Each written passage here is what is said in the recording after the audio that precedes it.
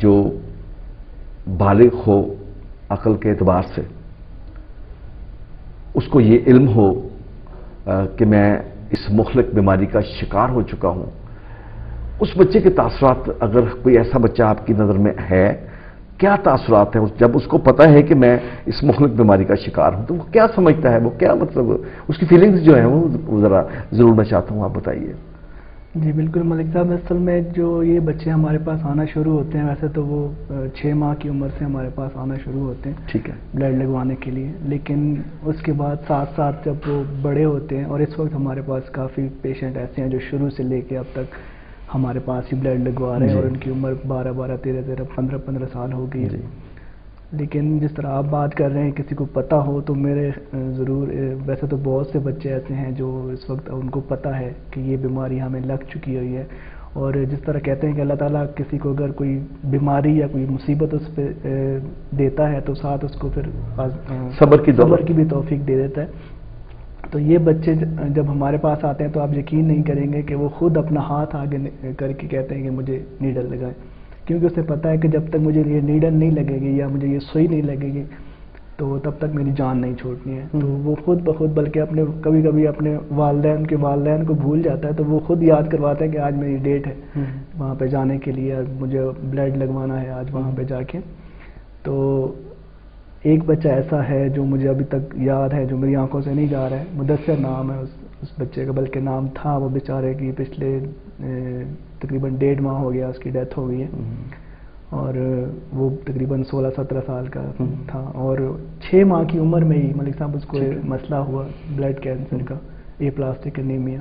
اور 6 ماہ کے اندر ہی اندر جو ہے نا وہ ہمارے پاس آتا تھا، پلیٹلیٹس ہم اس کو لگاتے تھے. بہت زیادہ کوشش کی ہم نے، بہت زیادہ کوشش کی، روز کے تقریباً اس کو 10 5 6 7 بیگ اس کو لگتے تھے.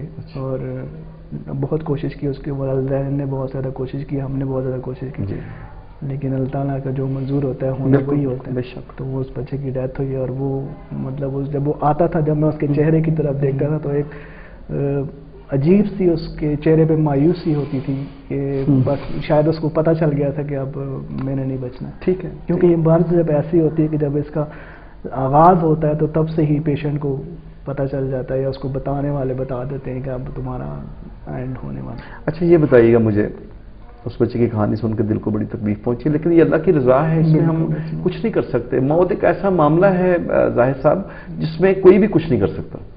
ہمارے ہاتھوں میں دم توڑ دیتے ہیں اور ہم کچھ نہیں کر سکتے. ہم نے بھی چلے جانا ہے، ہم کچھ بھی نہیں کر سکتے. انسان یہاں پہ بے بس ہے، موت کے معاملے میں بالکل بے بس ہے.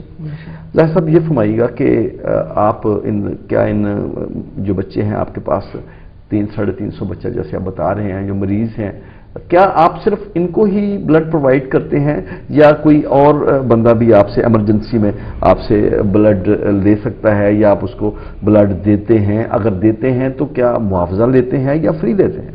بالکل ملک صاحب، اصل میں تو یہ سندس فاؤنڈیشن جو ہے وہ جس طرح میں شروع سے بتا رہا ہوں کہ ان بچوں کے لیے جو تھیلیسیمیا، ہیموفیلیا، بلڈ کینسر کے بچے ہیں ان کے لیے ہی کام کر رہے ہیں. لیکن ان کیس آف ایمرجنسی، جب کسی ہاسپٹل میں کسی کو بلڈ کی ضرورت پڑتی ہے، یا اللہ نہ کرے کسی کو فائل لگتا ہے یا کوئی آپریشن کیس ہوتا ہے، تو اس میں راؤنڈ دا کلاک یعنی 24 گھنٹے ہماری ٹیم جو ہے وہ وہاں پہ موجود ہوتی ہے. اور کسی کو بلڈ کی ضرورت پڑتی ہے تو ہم ان کو بھی بلڈ دیتے ہیں، لیکن اس میں کچھ کنڈیشنز ہوتی ہیں.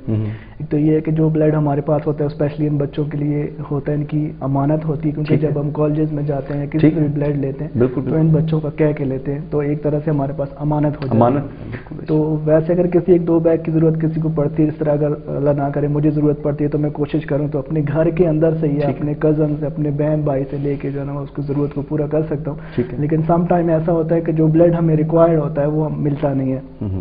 تو اس میں ہم پھر یہ کرتے ہیں کہ جو بلڈ ان کے پاس ہوتا ہے وہ ہم ایکسچینج لے لیتے ہیں ان سے، اور جو ان کو ریکوائرڈ ہوتا ہے، جو بلڈ چاہیے ہوتا ہے وہ ہم ان کو دے دیتے ہیں. اور پلس یہ ہوتا ہے کہ جو بلڈ ہم دیتے ہیں وہاں سے اس کے جس طرح میں نے بتایا مکمل ٹیسٹ ہوتے ہیں، تقریباً 1000 منیمم. ویسے تو کسی لیبارٹری سے، اچھی لیبارٹری سے باہر سے کروائے جائیں تو تقریباً 1700-1800 اس کی کاسٹ آتی ہے، لیکن منیمم جو خرچہ ہے وہ 1000 آتا ہے. تو اس میں بھی ہم آنے والے کو بتا دیتے ہیں کہ یہ زکوٰۃ کے پیسوں میں سے یہ ٹیسٹ ہونے ہیں، یعنی کہ اگر تو پیشنٹ کو زکوٰۃ لگتی ہے دین تو بالکل فری ہے، آپ فائدہ اٹھائیں سندر فاؤنڈیشن سے.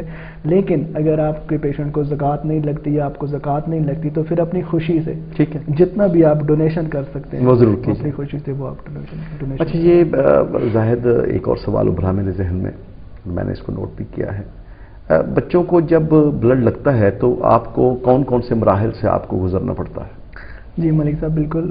سب سے پہلے تو جب بلڈ ہمارے پاس آتا ہے تو وہ سب سے پہلے ہماری لیبارٹری میں جاتا ہے. ٹھیک ہے. یا کوئی بچہ جب بلڈ لگوانے کے لیے ہمارے پاس آتا ہے تو سب سے پہلے اس کی ہمارے پاس ایک فائل بنی ہوتی ہے. جی. فائل وہاں پہ آ کے وہ اپنا فائل نمبر بتاتے ہیں، اس کے بعد پھر وہ فائل جو ہوتی ہے وہ ڈاکٹر صاحب کے پاس چلی جاتی ہے، اور ڈاکٹر صاحب نے بچے کو دیکھ کے اس کا پھر ٹیسٹ لکھنا ہوتا ہے جو روز ہر دفعہ وہ ریپیٹ کرتے ہیں بچے میں بلڈ ہے اور کتنا اور چاہیے. تو اس کے بعد جو ہے وہ سیمپل جو ڈرا کیا جاتا ہے وہ ہماری لیبارٹری میں چلا جاتا ہے، اور ہماری لیبارٹری کی بیک اپ کی وجہ سے وہ تمام اس کے جو مکمل ٹیسٹڈ بلڈ ہوتا ہے وہ وہاں سے ہماری نرسنگ روم میں چلا جاتا ہے، جہاں پہ اسٹاف نرسز ہماری جو عملہ ہے وہاں پہ ہوتا ہے، اور وہ ان بچوں کو جو ہے نا بلڈ میں. اچھا، یہ فرمائیے گا زاہد کہ جو بلڈ ڈونر حضرات ہیں کیا ان کو بلڈ دینے سے کوئی فرق پڑتا ہے؟ کیونکہ عام جو تاثر ہے ہمارے معاشرے میں وہ کچھ عجیب سا ہے. میں چاہوں گا کہ آپ ذرا اس وضاحتاً یہ بات فرما دیجئے کہ جو فرض کیجئے میں بلڈ دے رہا ہوں بچے کے لیے، کسی بچے کے لیے اس کو ڈونیٹ کر رہا ہوں، تو مجھے کیا یہ میرے ذہن میں یہ بات ہونی چاہیے کہ بھائی تم بلڈ نہ دو تم کمزور ہو جاؤ گے یا خون تمہارے جسم سے نکل جائے گا؟ یہ میں چاہتا ہوں کہ یہ بات عوام سے ضرور شیئر کریں آپ پلیز.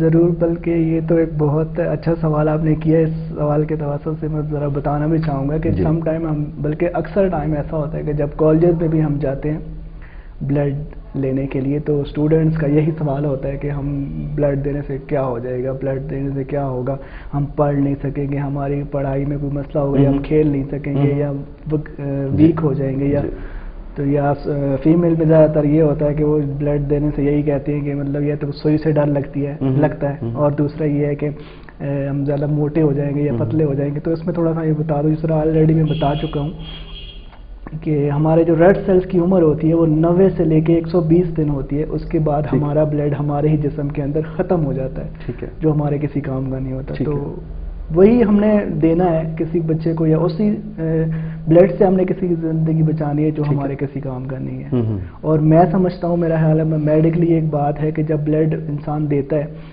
تو شاید آپ پرانے زمانوں میں سنتے ہوں گے کہ لوگ وہ جونک وغیرہ لگا کے میں نے خود دیکھا جی وہ بلڈ ضائع کرتے تھے. یہ اس طرح کی مطلب جو کہ ایک قسم کے چھوٹے چھوٹے کیڑے ہوتے تھے جو پنڈلیوں پہ لگایا جاتا، میں نے دیکھے ہیں گندا بلڈ نکالنے کے لیے اس طرح.